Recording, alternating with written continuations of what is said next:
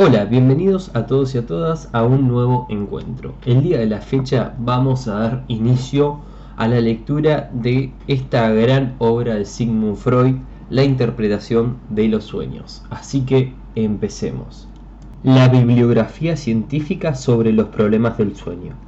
En las páginas que siguen demostrará que existe una técnica psicológica que permite interpretar sueños y que, si se aplica este procedimiento, todo sueño aparece como un producto psíquico provisto de sentido al que cabe asignar un puesto determinado dentro del ajetreo anímico de la vigilia.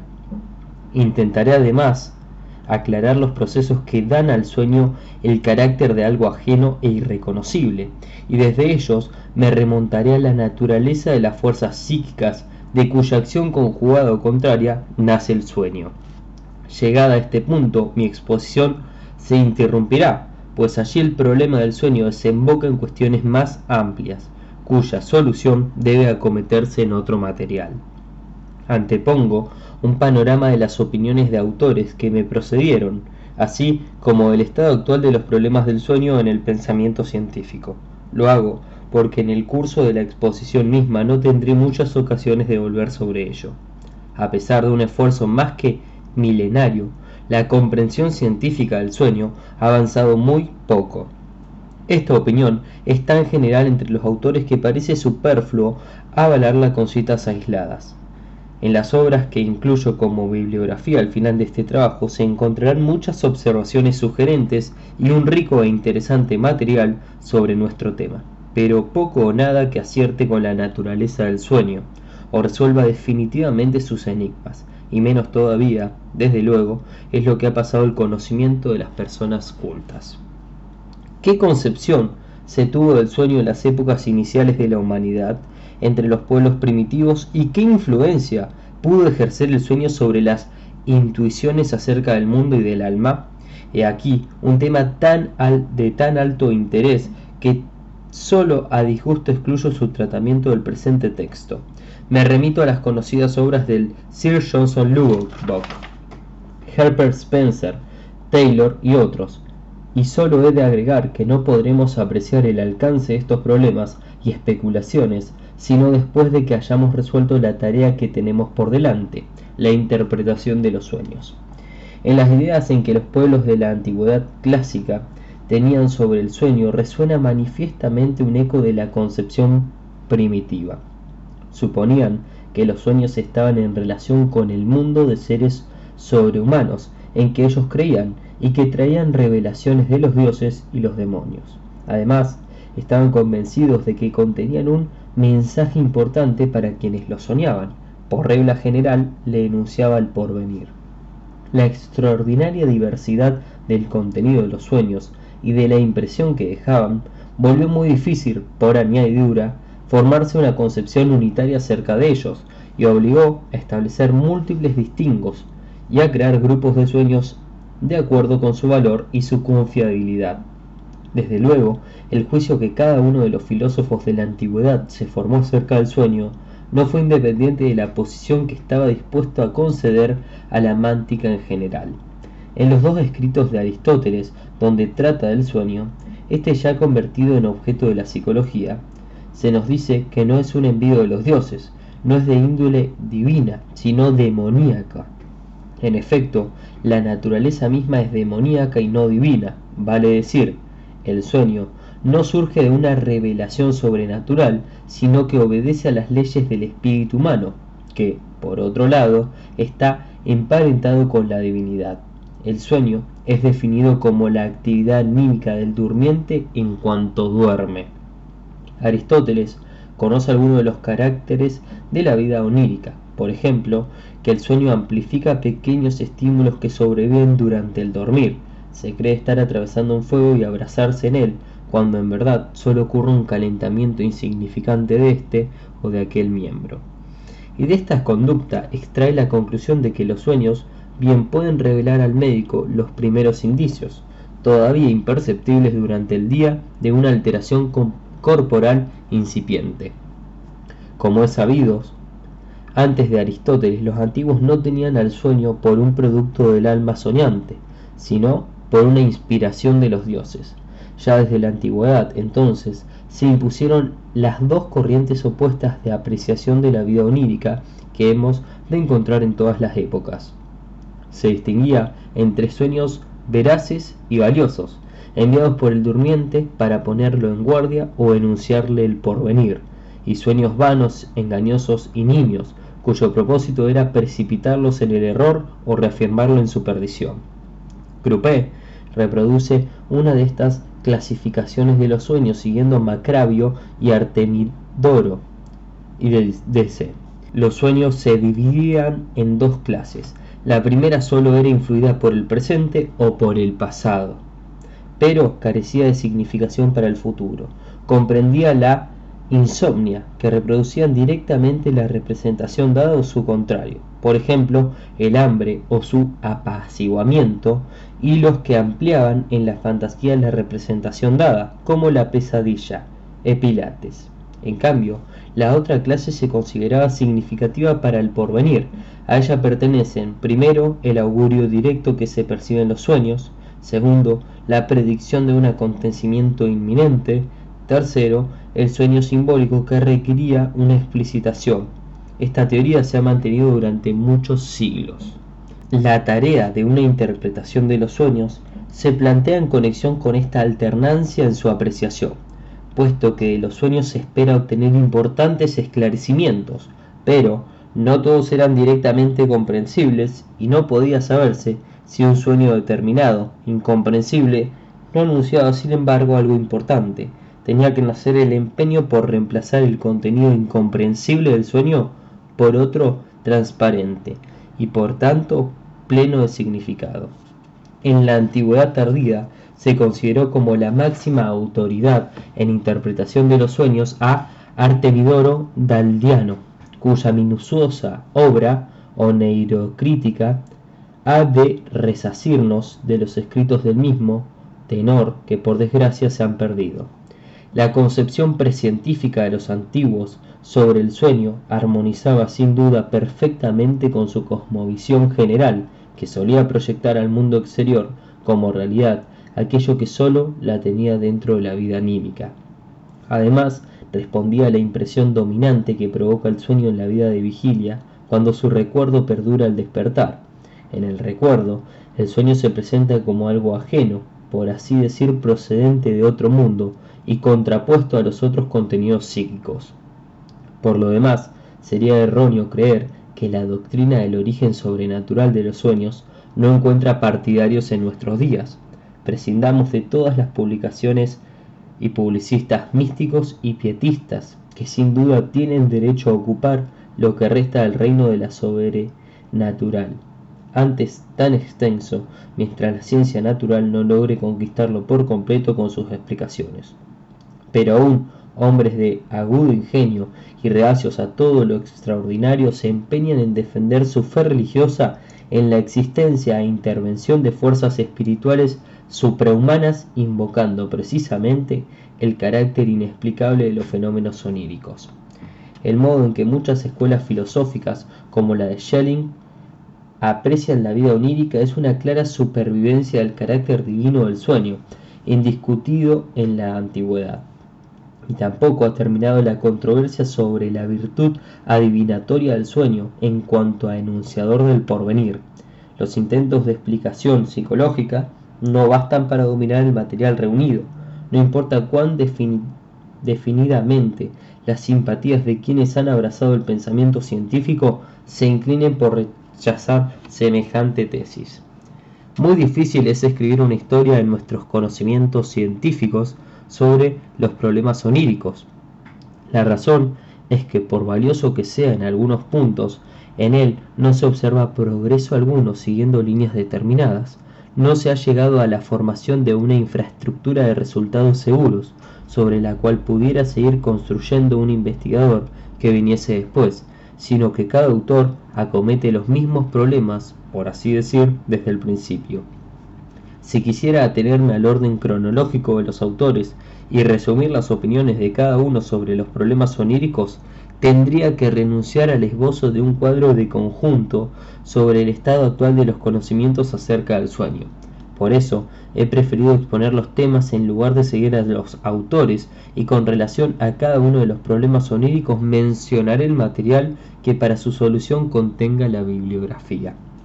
Puesto que no está a mi alcance dominar toda la bibliografía sobre este asunto tan desprestigiada y que tanto se superpone con la consagrada a otros temas, he de rogar a mis lectores que se conformen con que en mi exposición no se pierda ningún hecho fundamental y ningún punto de vista importante. Hasta hace muy poco, la mayoría de los autores se veían movidos a tratar juntos el dormir y el soñar, añadiendo por regla general la consideración de los estados análogos que abundan en la psicopatología, así como procesos semejantes al sueño, por ejemplo, alucinaciones, visiones, etc. En cambio, en los trabajos más recientes se advierte el esfuerzo por restringir el tema y tomar como objeto, por ejemplo, un problema particular del ámbito de la vida onírica. Quiero ver en este cambio una expresión de convencimiento de que en asuntos tan oscuros no es lícito buscar ilustración y acuerdo, sino mediante una serie de investigaciones de detalle. No otra cosa que una de estas, y por cierto de naturaleza psicológica especializada, es lo que puedo ofrecer aquí. Poca ocasión he tenido de ocuparme del problema del dormir, pues es esencialmente fisiológico, aunque en las características del estado de dormir tiene que estar contenida la alteración de las condiciones del funcionamiento del aparato psíquico. Por eso hemos omitido también la bibliografía sobre el dormir. El interés científico por los fenómenos oníricos en sí lleva a plantearse los problemas que a continuación trataremos y en qué partes se superponen. A. Relación del sueño con la vida vigilia. Según el juicio ingenuo del individuo despierto, el sueño, si es que no proviene directamente de otro mundo, arrebata al durmiente a otro mundo. El viejo fisiólogo Burdach, al que debemos una cuidadosa y fina descripción de los fenómenos oníricos, expresó esta convicción en una frase muy citada, y dice: «Nunca se retoma la vida diurna con sus esfuerzos y goces, sus alegrías y dolores, más bien el sueño se propone liberarnos de ella. Aun cuando toda nuestra alma esté ocupada por un objeto, un profundo dolor desgarre nuestra interioridad o una tarea acapare la totalidad de las fuerzas espirituales. El sueño nos proporciona algo por completo ajeno, o toma de la realidad solo elementos singulares para sus combinaciones, o se mimetiza con nuestro estado de ánimo y simboliza la realidad». Fichte habla en el mismo sentido directamente de sueños de complemento y dice que son uno de los secretos beneficios de la naturaleza autocurativa del espíritu. En igual sentido vemos pronunciarse también a Strumpel en su estudio sobre la naturaleza y el origen de los sueños, tan justamente apreciado, y dice: «El que sueña da la espalda al mundo de la conciencia vigilante. En sueños se pierde prácticamente por completo la memoria para el contenido ordenado de la conciencia vigilante. El retraimiento casi es provisto de recuerdo en el que cae el alma durante el sueño con respecto a los contenidos y procesos sujeto a la regla de la vida de vigilia». No obstante, la abrumadora mayoría de los autores han defendido la opinión contraria acerca de la relación del sueño con la vida de vigilia. Así Hafner dice: «Ante todo, el sueño prosigue la vida de vigilia. Nuestros sueños siguen siempre las representaciones que la conciencia tuvo poco antes. Una observación precisa hallará casi siempre el hilo por el cual el sueño se anuda con las vivencias del día anterior». Weigand contradice directamente la afirmación de Burdach ya citada, y dice: «Pues puede observarse a menudo, y al parecer de la inmensa mayoría de los sueños, que estos nos reconducen justamente a la vida habitual en lugar de liberarnos de ella». Maury dice con fórmula concisa: «Nous rums des que nous avons eu dit de ser au fait». Y Jensen en su, y bueno, la voy a traducir esta frase que dice: «Soñamos lo que hemos visto, dicho, deseado o hecho».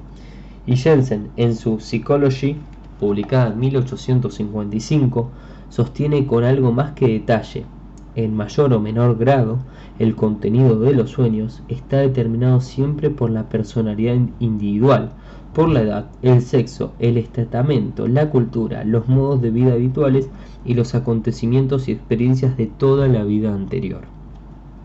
De manera inequívoca, toma posición sobre este problema el filósofo Mas y dice: la experiencia corrobora nuestra afirmación según la cual con la mayor frecuencia soñamos con las cosas a que están dirigidas nuestras pasiones más ardientes. Ello deja ver que nuestras pasiones han de influir sobre la producción de nuestros sueños.